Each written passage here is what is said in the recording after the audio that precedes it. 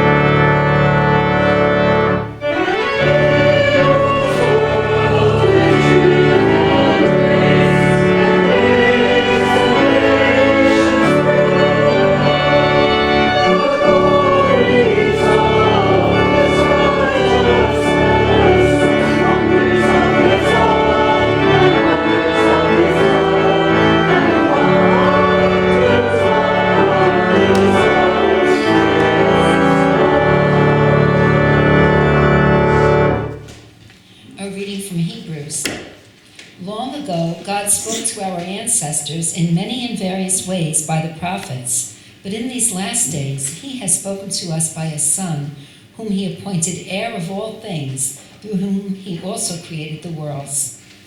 He is the reflection of God's glory and the exact imprint of God's very being, and he sustains all things by his powerful word. When he had made purification for sins, he sat down at the right hand of the Majesty on high, having become as much superior to angels, as the name he has inherited is more excellent than theirs. Word of God, word of life. Thanks be to God. Hallelujah.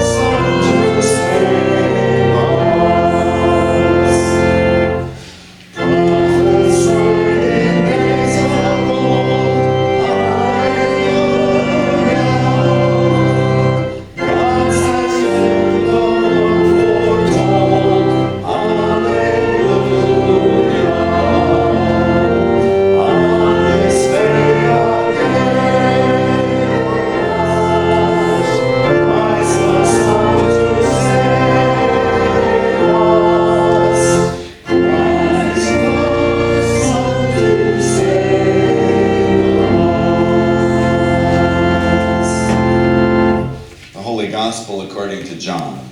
Glory to you, O Lord. In the beginning was the Word, and the Word was with God, and the Word was God. He was in the beginning with God.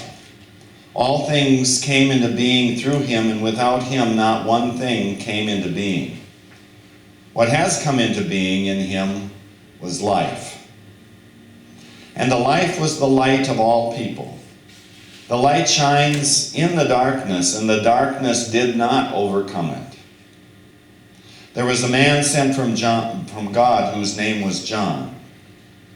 He came to testify to the light, so that all might believe through him. He himself was not the light, but he came to testify to the light. The true light, which enlightens everyone, was coming into the world. He was in the world, and the world came into being through him, yet the world did not know him. He came to what was his own, and his own people did not accept him. But to all who receive him, who believe in his name, he gave power to become children of God, who are born not of blood, nor of the will of the flesh, nor of the will of man, but of God. And the Word became flesh and lived among us. And we have seen his glory, the glory as of a Father's only Son, full of grace and truth. The Gospel of the Lord. Praise to you, O Christ.